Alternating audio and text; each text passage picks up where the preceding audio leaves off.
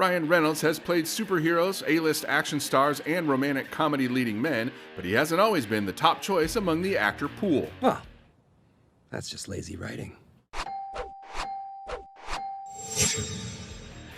Reynolds grew up in Vancouver, British Columbia, where he at 14 landed his first acting gig in season 1 of the Nickelodeon teen drama 15.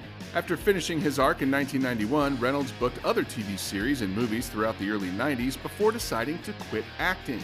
However, a friend convinced him to try moving to Los Angeles, where he booked a supporting role in the Sabrina the Teenage Witch TV movie in 1996. Yeah, maybe it'd be cool.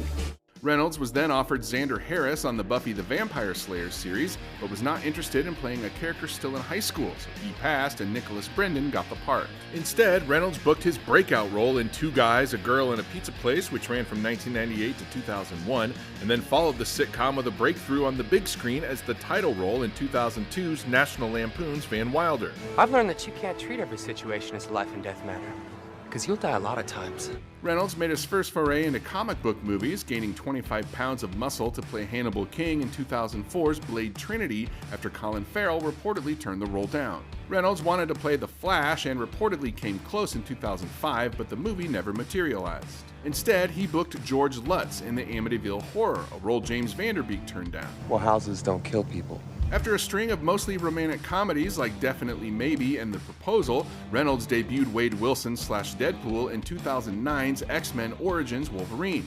He then got another shot at playing a superhero when Warner Brothers cast him as the title character in 2011's Green Lantern, a role rumored to have also been offered to Ryan Gosling. I solemnly swear to pledge allegiance to a lantern that I got from a dying purple alien. A few years later, Reynolds auditioned for a part in the Coen brothers' Inside Llewyn Davis, but has said he wasn't, quote, high class enough to get cast by the acclaimed filmmaking duo. Reynolds was cast alongside Reese Witherspoon in Tim Burton's 2014 drama Big Eyes, but both dropped out as development lingered, and the movie was eventually made with Amy Adams and Christoph Waltz. Reynolds then turned his focus to correcting Deadpool's botched appearance in X-Men Origins with the character's own movie, which he had developed for more than a decade before, quote, accidentally leaked test footage helped it finally get made in 2016.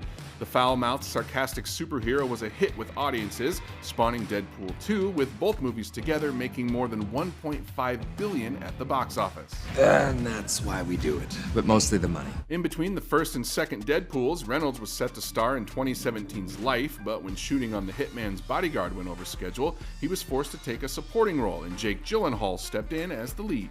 Deadpool writers Rhett Reese and Paul Wernick tried to get Reynolds in 2019's Zombieland Double Tap, but he was busy filming Michael Bay's Netflix action movie Six Underground and starring as Detective Pikachu in Pokemon Detective Pikachu. Okay, that's it. No, we're switching roles. I'm bad cop, you're good cop.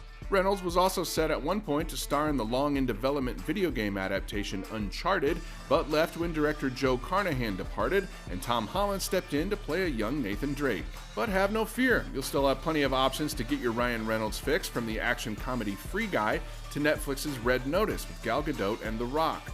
And of course, he's also announced a third Deadpool because, you know, Daddy needs to express some more rage. Okay, guys, let's get out there and make a difference.